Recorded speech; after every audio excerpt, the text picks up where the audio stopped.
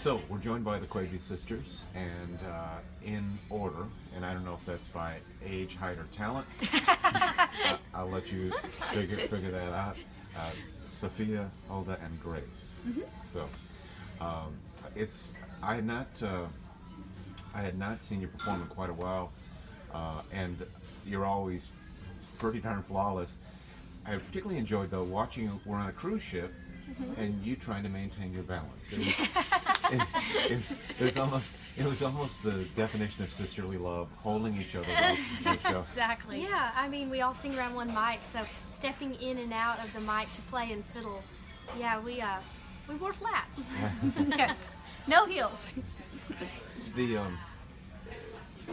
Quebe Sisters are an interesting amalgam of different American music trends, as you well know.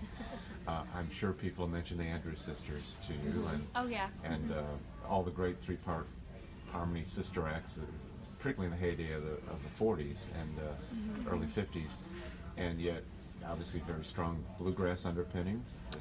Well, we're actually really influenced by the Mills Brothers. Oh wow! It's kind of funny. We do like the McGuire Sisters, but the Mills Brothers were the first family harmony group that we actually listened to. And then growing up, we played Texas style fiddling, and then we're really honestly influenced by Western swing. Right. We listened to bluegrass later, but it was we're a Western swing band. Yeah, and Western swing is like a similar acoustic music, traditional style, akin to bluegrass. It is. So we've done some crossover tunes, but we're definitely more in the Texas, Oklahoma, Western swing. And the patron saint is Bob Wills. And exactly. Yes. Started the triple fiddles. And where did you figure out you could do this for a living? When was that moment? We're still wondering that. There wasn't like a definitive moment. As far as that's concerned, but it was like a slow progression. Like we started, being family, it kind of is a logical thing just to try to work up some songs together, and then once you have some material under your belt, well, you got to go play it for somebody, and then those people are like, well, we'll pay you this and a dinner to come play, or whatever, and that's just kind of how it starts, and then it's just kind of a snowball effect. So I hope that answers your question. It does. I assume you're getting paid more today than you did in the beginning. That's so that's a sign good. of progress. I would think, as you well know, that family harmonies can be truly magical. Everly Brothers and Mills Brothers, and but it's also I would think harder to remain a band when because families fight. No kidding. No way. Honestly, it's the cool thing about it is that we know we always have each other's back. We've known each other really well, and we do have to work hard at not getting on each other's nerves, because we have literally grown up together and done everything together. So, but I think it's the older we get, honestly, especially for me, the more fun I have, because we don't live together anymore. Great call. And except but on the road. Except when on we're the in a road. van, Yes. within like 3 feet of each other for a month. But we do have a lot of fun together because we do know each other, and I can look at my sisters and tell exactly what they're thinking. And when we sing, that is a real advantage we have, because you've had so many of the same musical influences that you phrase things the same way, and you think to have a certain idea, and especially with the tight harmony or close harmony we do, that's comes in handy. How do you decide what works for you as a song? Oh, that's a great question. Well, we usually we're actually going to do like a listening session today, just because we're all just hanging out, but we each of us might bring a song to the group and say, hey, this is something I heard that I think might work. And then if all of us sort of resonate with it, and if any of us have some sort of ideas, we start kind of fleshing those out, and then you just sort of start mulling it over, and you find that it clicks, or maybe it doesn't click.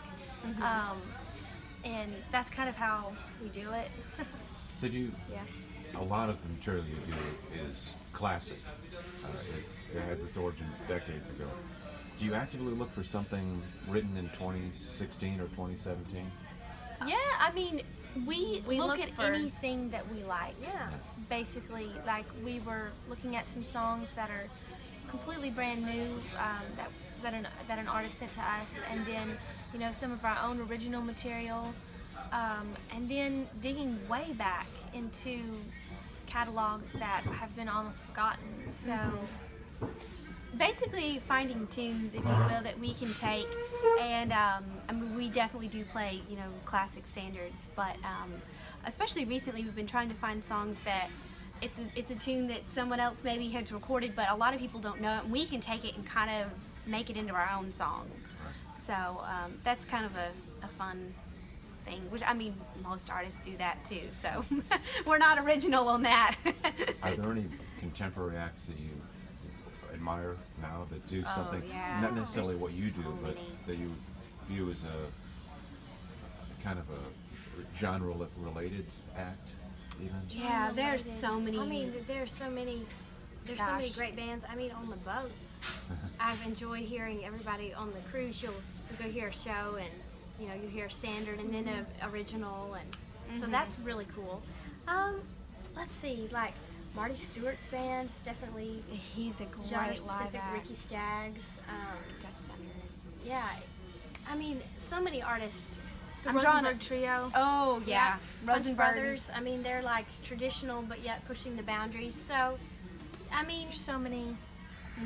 I think just about all artists are doing that to some extent, unless they're doing strictly original. So, have you, I know you've had a number of albums. Are you on your third or fourth, or is We're putting together music for what would be our fourth album. and when do you expect that to be released? We're hoping to do that this summer, in between touring. So, So this video will be out there in 2017. Do you have a name yet to tell people that We No, don't. no. I, Still in the early Still in the works. stages. Yes. it's a concept. I mean. Yes, so is. and you're reaching your audiences in right away. So you're touring. I believe I saw you in the Cavern outside Tennessee. Oh yes, yes, the cave, The Cave. underground, Bluegrass Underground. Bluegrass Underground, right? Yep. And they didn't stop you at the door because you didn't mention that you're not really bluegrass, right? They bring in a ton of different types of acts. It's cool. I mean, I know the gal that kind of curates the bands for that, and it's really cool how they bring in. Which our band is, we've played a lot of bluegrass, like straight ahead bluegrass festivals, but because we have a lot of country and fiddles and all that kind of stuff, we can kind of weasel our way into a lot of different things. It's a good blend. It is. It's good. Yeah. So where are you guys 10 years from now? Well, I hope we're back on Sandy Beach's cruise. Yes. 20, That'd be 33. 30. Yeah. 33. Oh wow. I hope we get to do this. We really enjoy touring, and as long as we're able to do this, we'd like to. And we've been doing it for a while, but we're at an age where all three of us are free to do this, and so we'd like to keep doing it. And Right, as and- long and- as we're able. And in mentioning Ricky Skaggs and Marty Stewart, those are really the models. Those are people who had extraordinarily high points commercially. Yeah. And then when they didn't hit stop coming, they kept playing and put together great bands. So tell me about the other two folks you travel with, the rest of your band. Yeah, our bandmates, Daniel Parr on stand-up bass. Great bass player.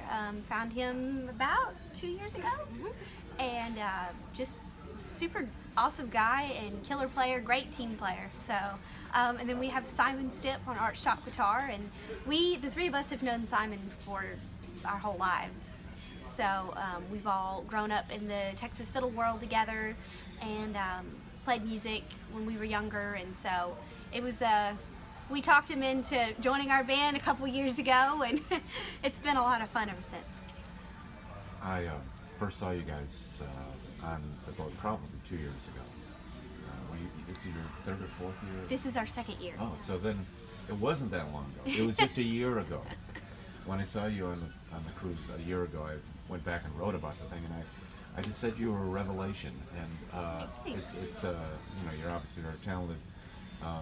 But the sound, it's a sound that you rarely hear, and you never hear done well. And you've recaptured the sound in a very contemporary way. Well, thank you. Appreciate that. Well, thank you for your time. Yeah, The thank Quebe you so Sisters. much. We appreciate it. Yeah. Watch for the new album this summer. Yeah. Yeah. Thank you. Thank you.